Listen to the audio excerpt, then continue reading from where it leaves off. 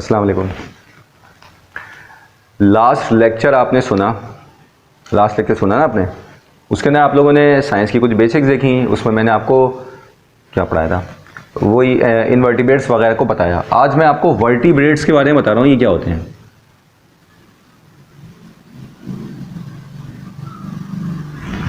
Invertebrates के भी total 5 इक़साम हैं, 5 क्लासेस हैं। सबसे पहले हम लोग ले लेते हैं बर्ड्स को। बर्ड्स की कैरेक्टरिस्टिक्स क्या होती हैं, इनकी जो बोन्स होती हैं वो हॉलो होती हैं, मतलब है कि इनकी बोन्स के अंदर बहुत ज़्यादा हैवी स्ट्रक्चर नहीं होता, जिसकी वजह से इनको फ्लाइंग में सपोर्ट मिलती है। इनकी बॉडी के ऊपर फीदर्स होते हैं हाँ। और क्या कहते हैं, इनकी बीक होती है, इनके तीत नहीं होते। तो इस तरह के जितने भी स्ट्रक्चर हैं वो सारे बर्ड में आ जाएंगे। ये भी सारे वर्टिब्रेट्स के अंदर आते हैं। इनकी भी बीक होती है। एक डायग्राम बना देता हूँ इसकी बर्ड की, ऐसी, ठीक है। दूसरा जो आपका आता है वो आता है बर्ड्स के बाद फिश के गिल्स होते हैं, इनकी बॉडी पे स्केल्स होते हैं। और इनका जो लिविंग एरिया है वो एयर कहलाता है, और इनका लिविंग एरिया वाटर कहलाता है। तो ये वाटर के अंदर इनका लिविंग एरिया होता है। इसको भी आप आराम से पहचान देते हैं और इन्होंने देखा भी होता है। इनकी भी बैकबोन होती है फिश की भी एक डायग्राम ऐसी हल्की सी बना देते हैं, समथिंग लाइक ऐसा स्ट्रक्चर, स्केल्स होते हैं, ठीक है। इनके गिल्स होते हैं। तीसरा जो आपका आता है वो आपका आता है रेप्टाइल। रेप्टाइल्स आपके क्या होते हैं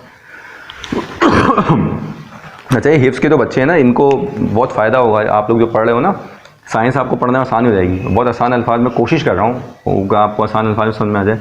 रेप्टाइल्स आपकी जितनी भी आपकी छिपकलियाँ हैं ना, ये सांप आप ये सारे इधर डाल दें। स्नेक्स और इसकी लिख देते हैं, स्नेक को ड्रॉ कर देते हैं। एक स्नेक हमने यहाँ पे ड्रॉ कर दिया। ये स्नेक है, ये वॉर्म नहीं है। बच्चे वो तुम सवाल पूछ रहे थे ना कि वॉर्म और स्नेक जो है वॉर्म है। स्नेक वॉर्म नहीं है, वो आपका वर्टिब्रेट के अंदर रेप्टाइल है, सही है। इसकी पूरी बैकबोन मौजूद होती है, सही है। कमर की पूरी इसकी हड्डी होती है। रेप्टाइल के बाद चौथा आपका जो आता है, अच्छा इसकी प्रॉपर्टीज़ क्या है, ये अंडे देते हैं, लेंगे आएगी, ये भी लेंगे आएंगे, ये भी लेंगे आएंगे। ये तीनों जो सेम करेक्टरिस्टिक्स है तीनों की, अगर सवाल आ जाए कि तीनों की सेम करेक्टरिस्टिक्स क्या है, तो तीनों लेंगे आएंगे, तीनों के अंडे होते हैं, ठीक है। अच्छा, और रेप्टाइल के बाद आपका आया एम्फीबियन। अब ये एम्फीबियंस क्या है, ऐसे जानदार जो ज़मीन में भी रहते हों, पानी में भी रहते हों। वो जिनकी आधी ज़िंदगी ज़मीन पे गुजरे, आधी ज़िंदगी पानी में गुजरे, ये आपके एम्फीबियंस कहलाते हैं। इसकी सबसे बेस्ट एग्जांपल है फ्रॉग बनाना तो नहीं आता मुझे, कोशिश कर लेता हूँ, टेढ़ा मेढ़ा बना देता हूँ। ऐसे करके कुछ था, ऐसे करके यूँ बैठा हुआ था, और यूँ करके इसकी यूँ आया हुआ था, समथिंग यूँ करके बना हुआ था, ऐसी समथिंग था। तो ये फ्रॉग एम्फीबियन में आप यहाँ पर ले लें। और इसकी एग्जांपल फ्रॉग आ गए एम्फीबियन। ये फ्रॉग क्या करता है, इसकी जो इसके जो लेइंग एग अंडे देता है, ये सबकी जो करेक्टरिस्टिक्स सेम है, वो लेइंग एग है। ये भी अपने अंडे कहाँ देता है, ये अपने अंडे पानी के अंदर देता है। आधी ज़िंदगी पानी में रहती हैं। फिर इनकी जब ये छोटे होते हैं तो इनकी टेल्स होती हैं, जब बड़े होते हैं तो इनकी टेल्स ख़त्म हो जाती है। जब हम स्ट्रक्चर जब हम पढ़ेंगे तो इंशाल्लाह वहाँ पर मैं आपको एक्सप्लेन कर दूँगा, ओके। एम्फीबियन के बाद जो इंसान जिसमें शामिल होता है, इंसान भी एक एनिमल है, आप भी एनिमल हैं, याद रखना है इस बात को, भूलना नहीं।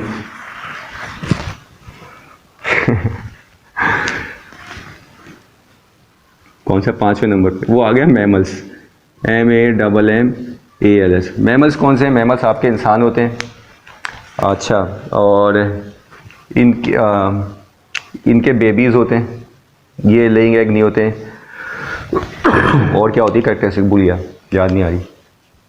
इंसान बना दूँ जब तक याद आ जाएगी। मैमल, इसमें बिल्ली भी है। अरे बिल्ली से याद आया कि अगर मैं इंसान में बिल्ली लगा दूँ, नहीं वो भी ज़्यादा हो जाएगा, वो फिर मैं किसी और को पढ़ाऊँगा, ठीक। ये आपका इंसान बना दिया, कपड़े बना देता हूँ, सॉरी ज़्यादा हो जाएगा ना। ये आपका इंसान जो है मैमल्स के अंदर आ गया। इसके अलावा हाथी भी आपका मैमल है, चीता भी आपका मैमल है, और क्या कहते हैं, बिल्ली भी आपका मैमल है, बिल्ला भी आपका मैमल है, बिल्ला भी, सही है। बिल्ला भी, ये मैं बता दिया है, बिल्ली है तो बिल्ला भी है, आदमी है तो आदमी की बेगम भी मैमल है, ये आप जहन में रखिएगा। तो खैर यहाँ पर आपका वर्टिब्रेट का जो कॉन्सेप्ट है वो क्लियर हुआ। नहीं समझ में आया हो तो दोबारा सुन लीजिएगा, फिर नहीं समझ में आया फिर दोबारा सुन लीजिएगा, फिर नहीं समझ में आया तो फिर दोबारा सुन लीजिएगा। इंशाल्लाह आपको हम नेक्स्ट लेक्चर में मिलेंगे, तब तक के लिए इजाज़त है। अस्सलाम वालेकुम रहमतुल्लाह।